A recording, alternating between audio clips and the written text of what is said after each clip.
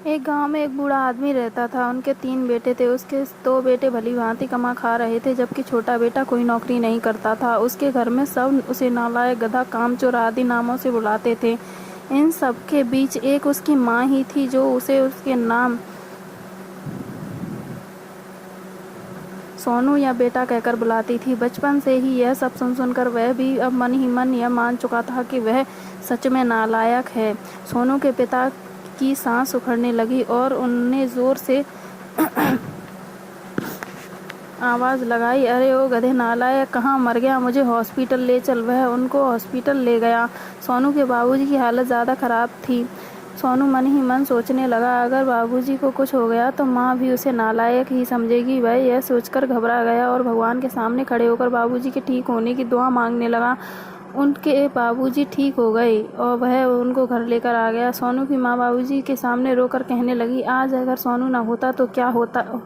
फिर भी आप उसे नालायक, गधा और न जाने कैसी कैसी बातें कहते रहते हैं।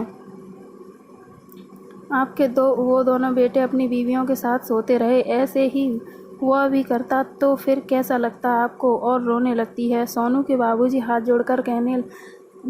जोड़कर रोकर कहने लगते हैं, अरे भगवान, मैं नहीं जानता कि वो मेरा कितना ख्याल रखता है, खेती बाड़ी संभालता है, मेरे सब काम करता है। घर में घुसते ही सबसे पहले मेरे कमरे में जाकर देखता है कि बाबूजी ठीक हैं या नहीं। मगर मैं उसे ऐसे इसलिए कहता रहता हूँ कि वो भी कहीं मेरे उन दोनों काबिल बेटों की तरह ना बन जाए। अब तुम ये मेरा स्वार्थ समझो या कुछ और? इतना कहकर वो रोने लगते हैं। बाहर खिड़की के पास खड़ा सोनू यह सारी बातें सुन रहा था। यह सब सुनकर उसकी आंखों में आंसू भर आए। उसका मन कर रहा था कि अभी जाकर बाबूजी को गले से लगा ले,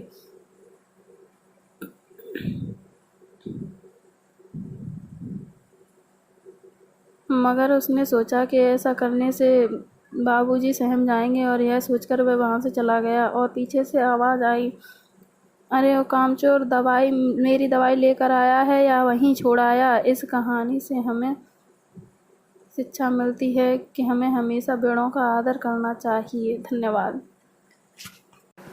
एक गांव में एक बूढ़ा आदमी रहता था। उनके 3 बेटे थे।